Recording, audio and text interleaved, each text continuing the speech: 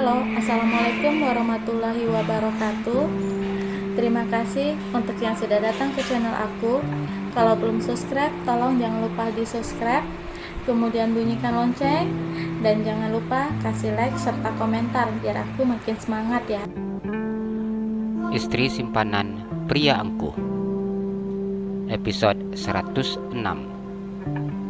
Tenang saja. Nadira diam ketika memandang layar televisi. Saat ini video dirinya bersama dengan suaminya di bandara sudah tersebar di berita selebritis. Sosok dirinya yang terekam oleh kamera yang ada di bandara menjadi pertanyaan para media. Bagaimana mungkin seorang Arga Raditya memiliki 2 orang istri? Pertanyaan itu selalu muncul di pemberitaan media.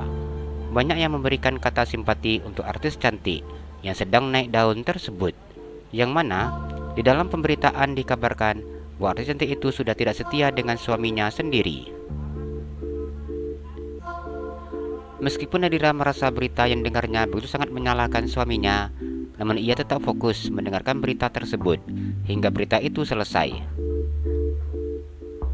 Berita tentang aku sudah tersebar luas.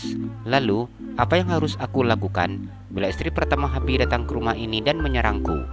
Membayangkan ini semua membuat dirinya merasa sangat takut. Ia memegang perutnya.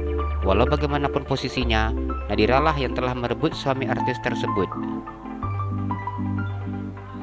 Aku sangat takut. Apa yang harus aku lakukan? Nadira memegang dadanya dan merasakan jantungnya berdegup dengan sangat hebatnya. Nadira seakan tidak terima ketika mendengar berita miring tentang suaminya yang menjadi sorotan. Baginya, suaminya adalah sosok suami yang sangat sempurna. Kenapa berita ini begitu sangat cepat tersebar? Ia mengusap pelipis keningnya yang terasa pusing. Status pernikahannya kini dipertanyakan. Begitu juga dengan status sosialnya. Hingga saat ini, berita tentang dirinya masih menjadi misteri berita gosip.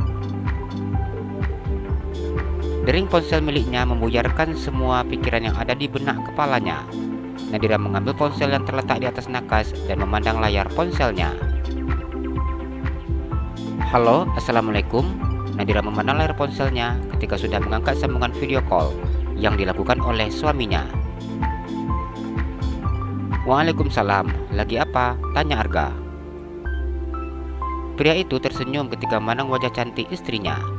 Arga tidak bisa menutupi rasa rindunya setiap waktu kepada istrinya. Meskipun dirinya belum lama pergi meninggalkan rumah. Bahkan ia baru saja duduk di kursi kerjanya. Lagi di kamar. Apa Habib sudah sampai di kantor? Tanya Nadira. Iya, ini baru saja sampai di kantor. Kenapa mukanya gitu? Arga bertanya ketika melihat wajah istrinya yang tidak seperti biasa. Dira udah masuk TV, Bi, jawab Nadira. Masuk TV? Tanya Arga. Nadira menganggukkan kepalanya. Dira sudah jadi berita hangat di pagi ini, Bi, jawab Nadira.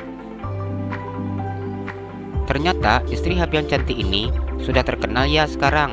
Arga tersenyum lebar. Nadira memajukan bibir kecilnya ke depan ketika melihat tanggapan suaminya. Tapi beritanya negatif, Bi. Iya, enggak apa-apa. Nanti kita positifkan saja. Arga tersenyum. Nadira diam ketika mendengar jawaban suaminya. Respon suaminya pun tidak seperti orang yang sedang ketakutan karena memiliki suatu kesalahan. Bahkan suami terlihat sangat enteng menanggapi masalah yang sedang terjadi. Jangan dipikirin masalah beritanya. Ada istirahat ya. Ingat, makan yang banyak. Arga mengingatkan istrinya. Tapi kalau beritanya seperti ini, Dira enggak tenang, Bi. Jangan nyalakan televisi. Jangan lihat berita-berita gosip. Ngerti? Arga tidak ingin istrinya memikirkan hal yang macam-macam.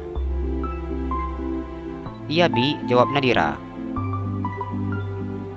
Ada yang gak usah pikirkan apa-apa. Fokus dengan calon anak kita saja. Habib akan selesaikan semuanya. Arga tersenyum dan meyakinkan istrinya. Dengan cepat Nadira menganggukkan kepalanya. Ya sudah, nanti Habib hubungi lagi. Ingat, jangan nonton gosip. perintah Arga. Lola hanya menangis berada dalam ruangan yang begitu sangat sunyi. Ruangan ini terasa begitu sangat menakutkan untuknya. Setelah Arga pergi, kedua orang kepercayaan itu juga ikut pergi meninggalkannya. Saat ini, hanya dirinya duduk di kursi dengan tangan dan juga kaki yang masih terikat. Lola tidak tahu sampai kapan dirinya akan berada di dalam ruangan ini sendirian. Air matanya menetes dengan derasnya. Rasa bersalah begitu sangat dirasakan saat ini. Namun apa hendak dikata, ibarat nasi sudah menjadi bubur. Demi sebuah popularitas dan mengejar kekayaan, dirinya harus masuk ke dalam sebuah permainan yang begitu sangat berbahaya dan mempertaruhkan hidupnya sendiri. Lola mengangkat kepalanya ketika mendengar suara hentakan kaki yang semakin mendekat ke arahnya. Ia tidak tahu apakah dirinya harus senang atau harus takut saat ini ketika melihat dua orang pria bertubuh tinggi tersebut. Apa kalian akan menghabisiku? Lola begitu sangat takut ketika Bobby dan juga Teddy melepaskan ikatan tangannya.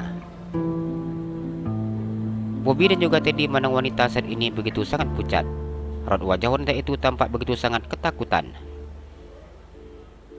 Melihat cara kedua pria itu memandangnya membuat ia bertambah takut. Ia begitu sangat ketakutan. Air matanya tidak ada henti-hentinya menetes. Sekarang kau bukan nyonya kami lagi, ejek Bobby. Aku mohon, jangan apa-apakan aku, pinta Lola. Aku tidak akan melakukan apapun. Bobby memandang Lola dari atas hingga ke bawah. Apa yang ingin kau lakukan? Tanya Lola yang begitu sangat ketakutan. Ternyata kau takut saat aku memandangmu. Tapi kenapa kau tidak takut saat Edwin memandangmu? Bobby memandang rendah wanita yang berwajah pucat tersebut. Lola hanya diam dan menelan air ludahnya yang terasa kelat. Teddy tertawa memandang pria yang bertubuh tinggi di sampingnya. Jangan bilang kau menginginkannya, ucap Teddy. Bobby tertawa lepas mendengar apa yang dikatakan oleh pria tampan yang berdiri di sampingnya.